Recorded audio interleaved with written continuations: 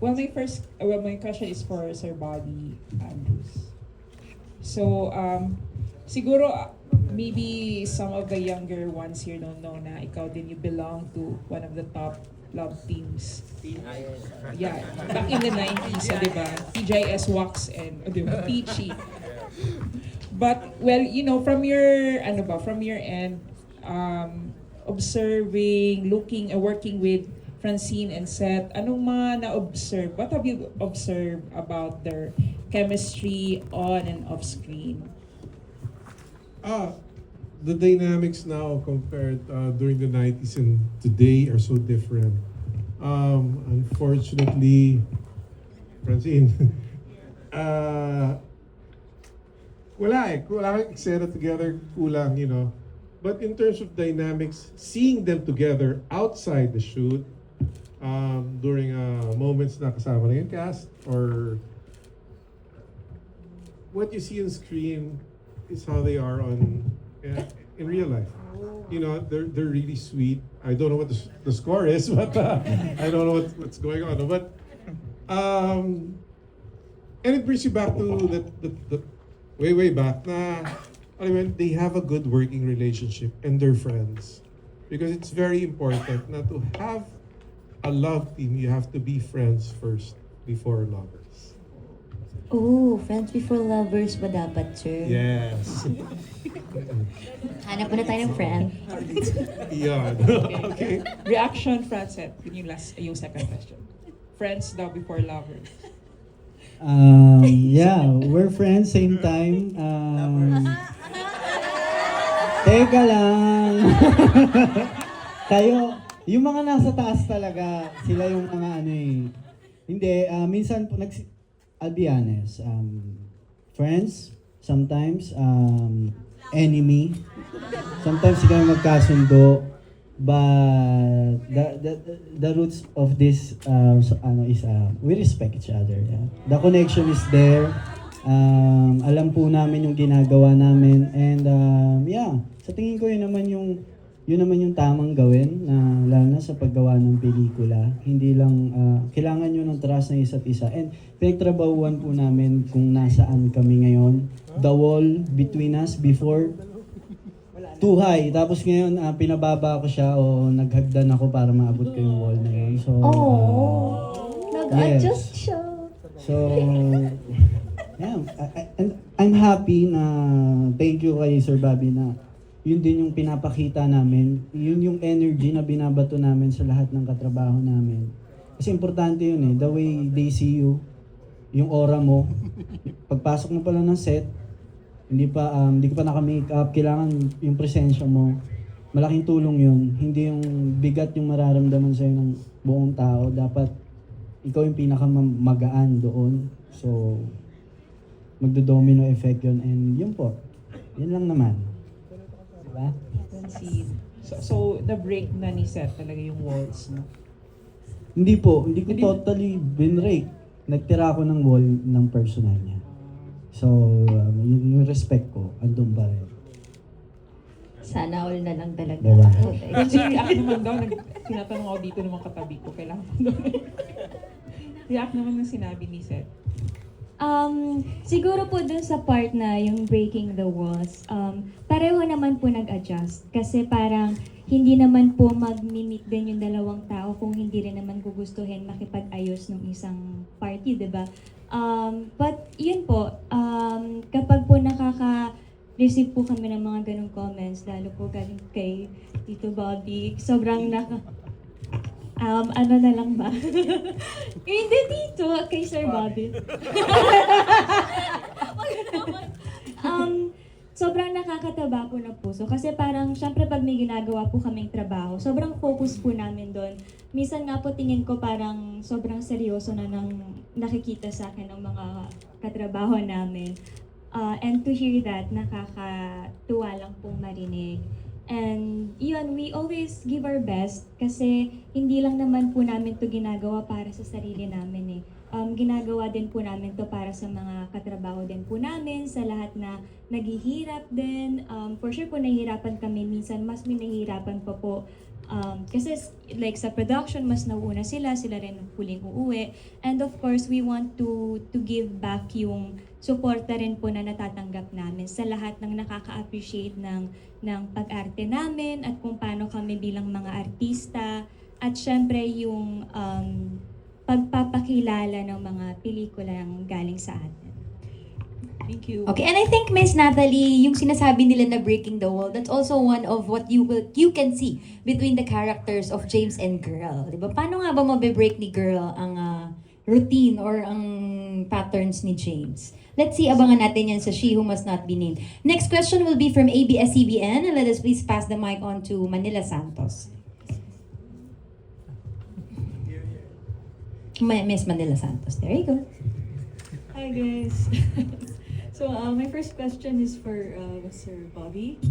So just to add to the Stress out bigla. Yes.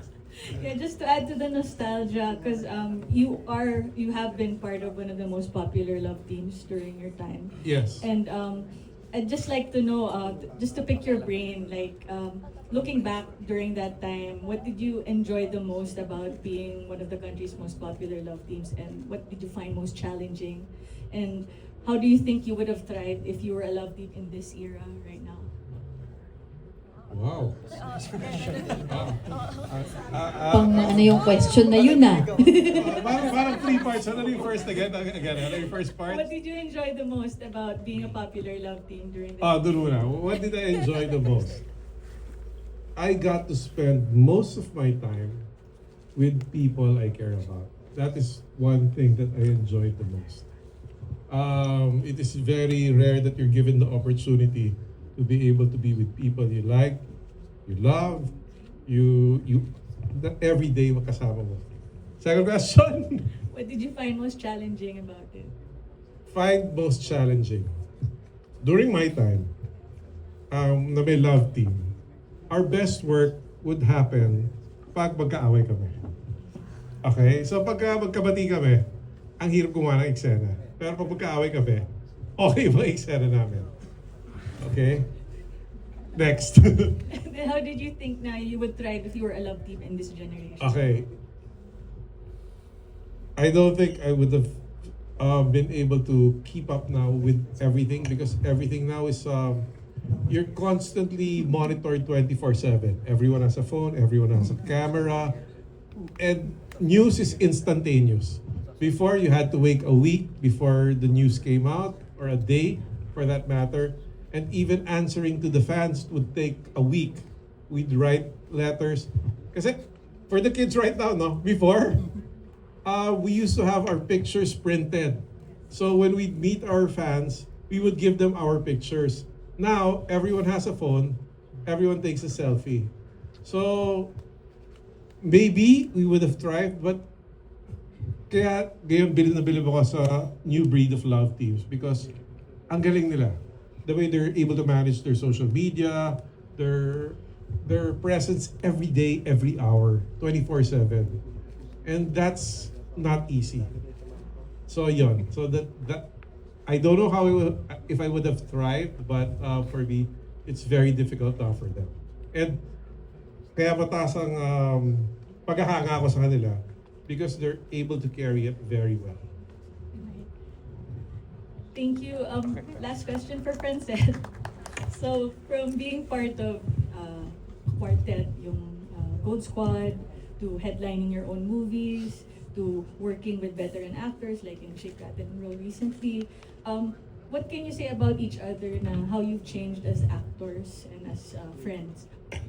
Kumbaga, friends, can you tell me what you noticed kay Seth and vice versa? Honestly po, hindi naman namin ini-invalidate where we came from. Especially, we all know na most of our supporters nanggaling because of Gold Squad. And dahil we did so many vlogs all together. And now, I would say kasi mas papunta na kami talaga sa adulting. So, kanya-kanya na rin ng tinitake na path, may it be in career or in personal lives. Siguro po yung pinagkaiba sa kami po dati or like sa sarili ko before nung nasa group na yon, and then to today, ngayon, sobrang laki po ng pinagbago. Siguro po ngayon kung hindi ako nagbago, puro pagsisinungaling na lang po yung sasagot ko sa inyo dahil hindi ko alam kung paano ako sasagot, and in terms of just me being a person, like ako lang sa sarili ko. And kay Seth din, from being in that group to kung sino siya ngayon at kung nasaan siya ngayon, sobrang laki ng pagbabago. Kasi parang actually, pareho kaming witness sa growth ng isa't isa. And yun nga po sabi namin before, like enemies kami, but dahil pareho naman naming win-work out. Di naman talaga enemies, but may konting, ano ba? Tension. Not tension naman. Wall? It's really the wall. Talagang friends lang kami kapag trabaho. As in, hindi kami mag-uusap dun before unless like action na or like rolling na kami. And now, mas nagkakaroon kami ng knowledge sa kinagagalawan naming mundo, mas na-appreciate namin, mas alam na namin yung kung ano yung dapat. At habang tumatagal sa lahat ng mga projects na ginagawa po namin, mas na-appreciate namin at nakikita namin yung pinakamalalim na ibig sabihin kung bakit may pelikula at bakit tayo umaarte. Yun po. Thank you. Yes, kung paano kami before, tapos ngayon, sobrang laki po ng pinagbago. At dahil malaki ang pinagbago sa kadahilanan na marami rin po kaming pinagdaanan, ang dami naming nakatrabaho, iba't ibang strategy, iba't ibang sitwasyon, ang mga directors, iba't ibang atake, iba't ibang kwento yung na-play po namin. So doon malaking bahagi po yon sa growth naming dalawa. Marami kami naging mentors, marami kaming pinagtanungan. And kung ngayon, paano kami mag-usap, we protect our craft. Ina-analyze po namin yung buong story. Mas nag-uusap kaming dalawa.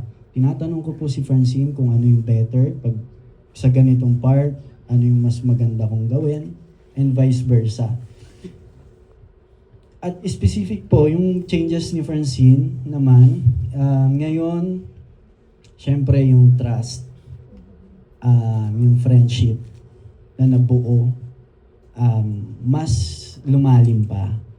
And pag napapansin ko siya, pag tinitignan ko siya sa malayo, the way she answered all the questions, the way she handled all the situations, sobrang kakaiba na sa dati. Mas may paninindigan sa salita dahil alam yung ginagawa. And siguro part ng maturing is yung accountability. Both of us, kaya namin tumanggap ng ganon. Lalo na pag sarili namin, alam namin pagkakamali at pagkukulang namin. So hindi yung kabawasan sa amin. Yung gigil mas lumalabas eh. Yung gigil na makapagtrabaho, mas ma-play itong ganitong character, mas magawa itong ganitong eksena, mas pangarapin yung ganitong klase ng movie o teleserye, mas nasa amin po ngayon. So yung gigil sa trabaho, mas dinoblihan namin. And ako sa ABS, 7 years. 7 years na sa ABS since PBB, so sobrang dami rin po namin pinagdaanan. Sobrang hinubog kami ng panahon, pinagtibay kami ng kung ano man. And sobrang happy ko doon na hanggang ngayon ginagawa pa rin namin at nagsishare kami ng knowledge sa isa't isa. And new friends, new co-worker, new directors, new writers, new productions. So, padagdag pa ng padagdag, and I hope madagdagan pa ng madagdagan. Thanks guys. Congrats. Thank you so much.